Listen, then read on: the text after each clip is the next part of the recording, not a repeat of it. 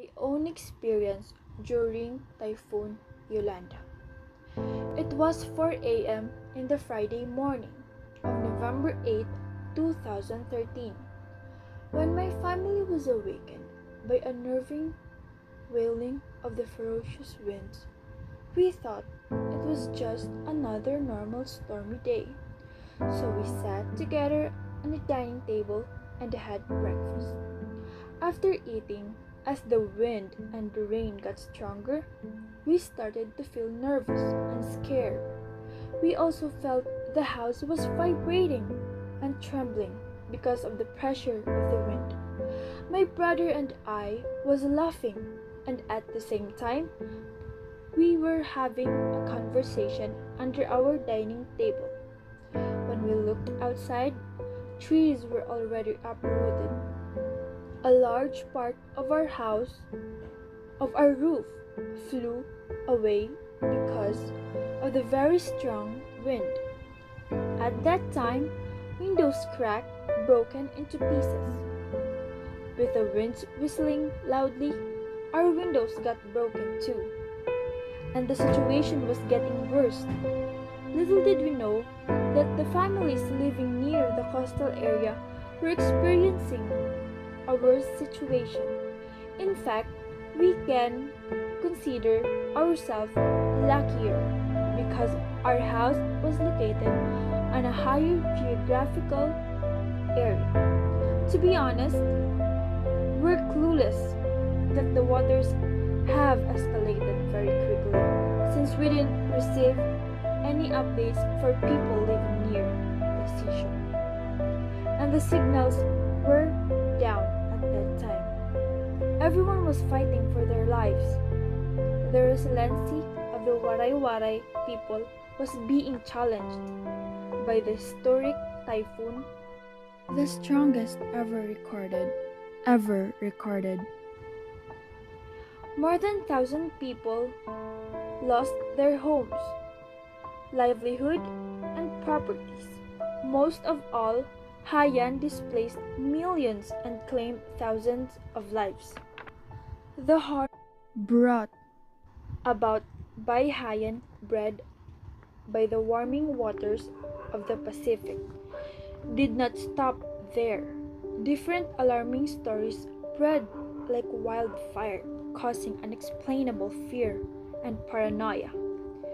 There were even gossips that an earthquake occurred while the storm was ongoing. Access to medication and basic necessities, such as food, water,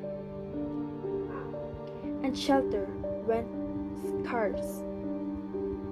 And the dramatic soap opera unfolding brought to us by our government and their political alliances and clan wars added salt to the wounds, leaving everyone, especially children, in jeopardy. When the typhoon ceased, we went to outside to check the damage brought upon by Yolanda, and the sunlight have heated our skins, which were wet by the powerful rainfall just minutes ago. It was a sunny day, and when we went outside our subdivision, the scene was very dramatic, since there were dead bodies lying on the roads, and there were many injured, so we didn't proceed and went back home deeply, thinking about our other relatives. When it was near midnight, we thought we can rest already, but then the deafening silence and darkness was stopped by the scream of our neighbors.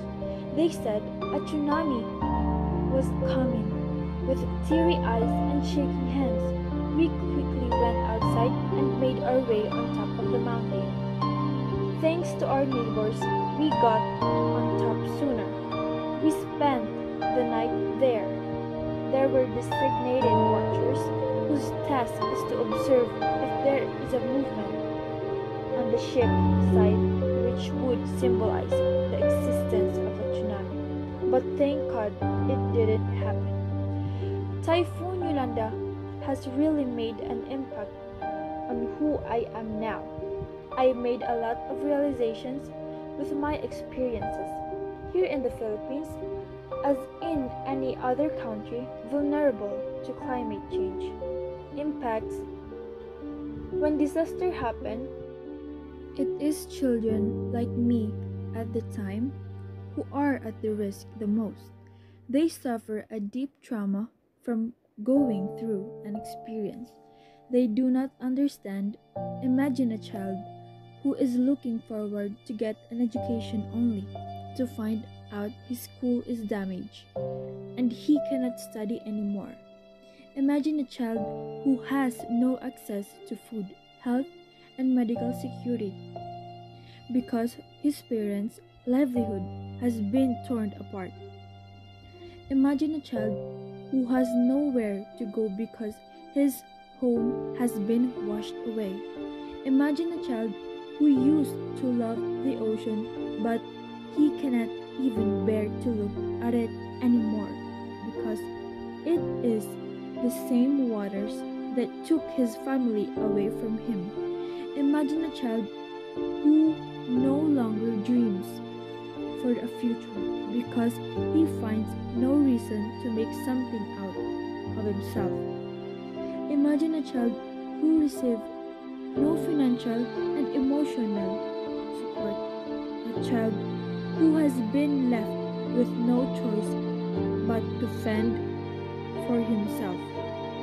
Imagine a child who has no family to hold on to, a family that would shower him with love and care. Let us not forget to have faith in the plans of our Almighty Lord. We should not give up on whatever circumstance He gives us, because all of it is only a challenge, which we would pass at the end of the day. It's been 7 years already, but the memories are still fresh.